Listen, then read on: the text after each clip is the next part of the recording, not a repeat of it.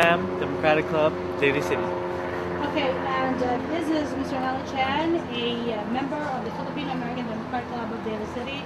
So what is it about Jerry Brown? Do you really think he's going to win? And do you think people, the younger generation, they seem to be one of the younger generation, they don't seem to have the enthusiasm or the excitement for Jerry Brown. They describe him as this tired old man who's been a politician for 40 years. Do you think that's going to stick in people's minds come voting time? Well, we need a group of leaders, a group of young Asian American leaders to come out and really, just like how they did with Obama, get the hype up, get the young Asian Americans to go out there and really GOTV, get out there and vote. Do you think people will come out to vote? It's hard to speculate. I think this election will be maybe a low turnout, low voter turnout, and Jerry needs to do a lot of things that Obama did. A lot of videos like this, a lot of outreach to especially the younger Asian Americans and younger Democrats out there. Okay, a lot of political pundits are saying that there is this tsunami that's going to wipe out the Democrats this coming November, and Jerry Brown is an old Democrat. Do you think that would stand in the way of him becoming a governor, or what do you think? No, California, we Democrats outnumber Republicans, and I think the Democrats. Think vote, yeah, that's the thing that we need to do, is to get out there and go do grassroots campaigning now, through the organizer of the campaign is really excited about Jerry Brown. They seem to go a long way, and there's a lot of loyalty there. Do you see that sort of loyalty anywhere else, or for Jerry Brown? Yes.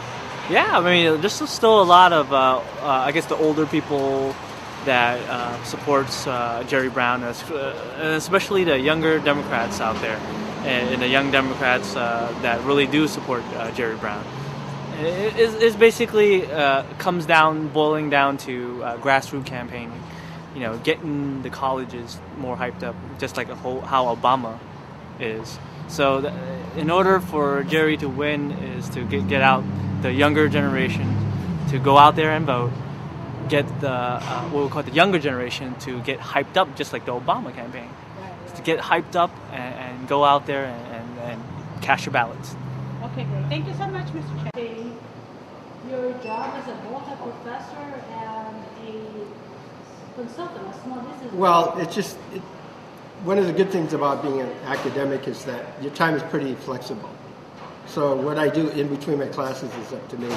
And the semester just started about 3 weeks ago. So it's just every free moment I have when I'm not teaching, I've been working on the campaign, and I've just had to defer a lot of my consulting work till after today. So, but it's well worth the effort, and it's an investment in the Filipino community.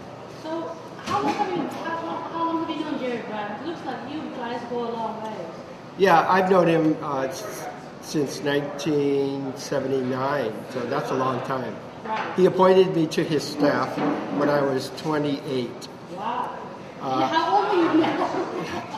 I'm in my late 50s. He's in his 70s. Oh my God. So when he appointed me when I was 28 to his staff, he was in his early 40s. So I'm one of the few who's still around because of his first governor's administration, because most of them are retired or moved away or died. Because if they were in their 50s then they'd be in their 80s now. So Jerry was a young governor. I joined his staff at a young age, so that's why I can still be involved.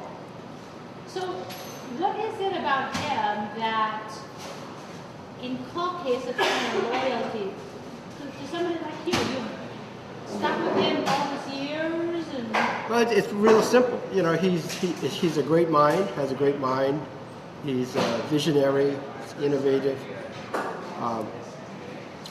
and more specifically, he's been a champion for the Filipino American community in not only California but the U.S. He's appointed over 30 Filipinos to state boards and commissions, appointed the first judge in the United States, the second judge in the United States. He's appointed me to his staff and a couple other executive level people. So he's proven his commitment to the community. So I think we want to reward good behavior. So he appointed Judge Kibuchai, right? Yes. Judge Kibuchai the first? No, Mel Ricana in Los Angeles was the first. Judge Kibuchai was the second in the United States. Right. So who are the other Filipinos who are known to have been appointed by Well, Jerry Brown? Larry Acera, he was appointed Deputy Secretary of State and Consumer Services.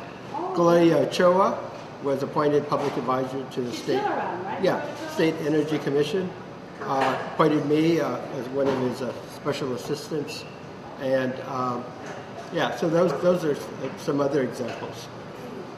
And so you basically trust that he would, if elected, would do a lot or would continue his empowerment for the Philippine community. Yeah, of course. I mean, the best indicator of future behavior is past behavior. So he's already proven beyond a shadow of a doubt his commitment to and his care about the Filipino American community. And what more can you ask for than a history of sensitivity to our community? So what do you think he's going to do for us in terms of if he wins? Well, I'm sure he's going to want to make sure that there are Filipino Americans in his administration